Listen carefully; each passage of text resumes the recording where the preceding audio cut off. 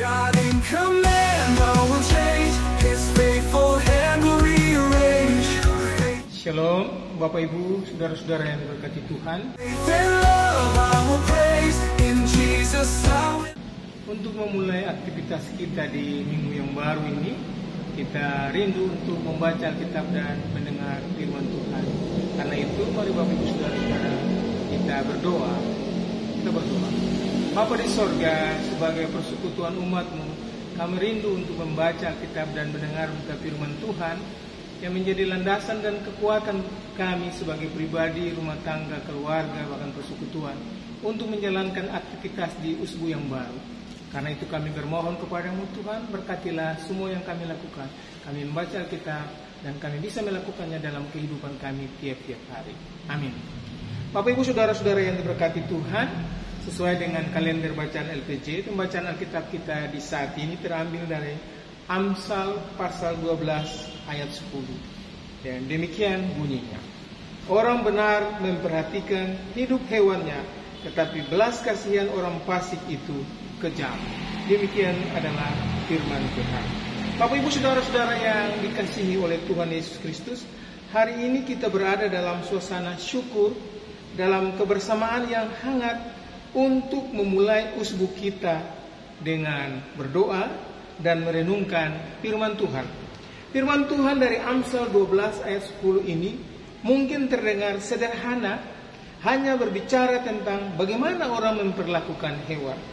Tetapi jika kita merenungkannya lebih dalam, ayat ini mengandung pelajaran besar tentang karakter, tentang kepedulian, dan tanda kehidupan orang benar di mata Tuhan. Bapak Ibu saudara-saudara, penulis Amsal mengatakan orang benar memperhatikan hidup hewannya. Kata memperhatikan di sini menunjukkan bahwa orang benar tidak hanya sekedar tahu, tapi benar-benar peduli. Bahkan terhadap hewan peliharaan pun ia menunjukkan belas kasih, kasih sayang dan tanggung jawab. Ini menantang kita untuk melihat bahwa dalam hal-hal kecil pun karakter seseorang bisa terlihat. Kita sering berpikir bahwa kesalehan hanya soal doa, ibadah, atau pelayanan.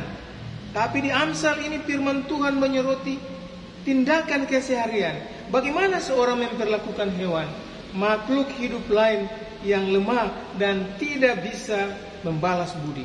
Kalau terhadap hewan saja orang benar punya perhatian dan kasih, apalagi terhadap sesama manusia. Saudara-saudaraku, kita hidup di dunia yang seringkali mengungkapkan kekuatan, kekuasaan, dan prestasi. Tetapi Tuhan justru memperhatikan bagaimana kita memperlakukan yang lemah, yang kecil, yang tidak punya daya. Dalam Matius 25 ayat 40, Yesus berkata, sesungguhnya segala sesuatu yang kamu lakukan untuk salah seorang dari saudaraku yang paling hina ini, kamu telah melakukannya untuk aku. Artinya, kepedulian bukan sekedar pilihan moral, tetapi wujud daripada iman. Kalau kita mengaku percaya kepada Allah yang penuh kasih, maka kita hidup pun harus mencerminkan kasih itu.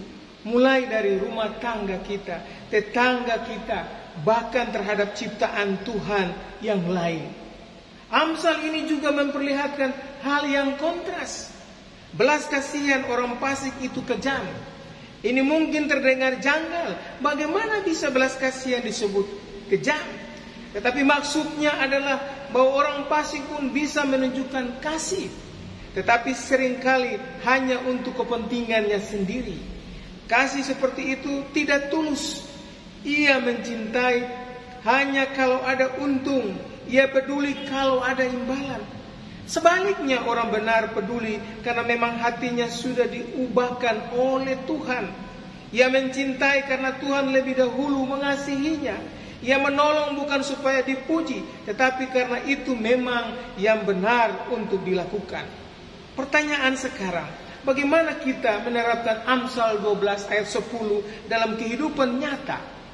Apakah kita peduli pada orang di sekitar kita, tetangga yang hidup sendiri, keluarga yang sedang bergumul, anak-anak yang membutuhkan perhatian?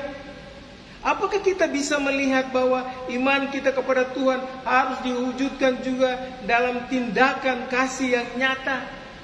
Apakah kita mau lebih peka terhadap kebutuhan, penderitaan, dan suara orang lain meskipun mereka bukan keluarga kita?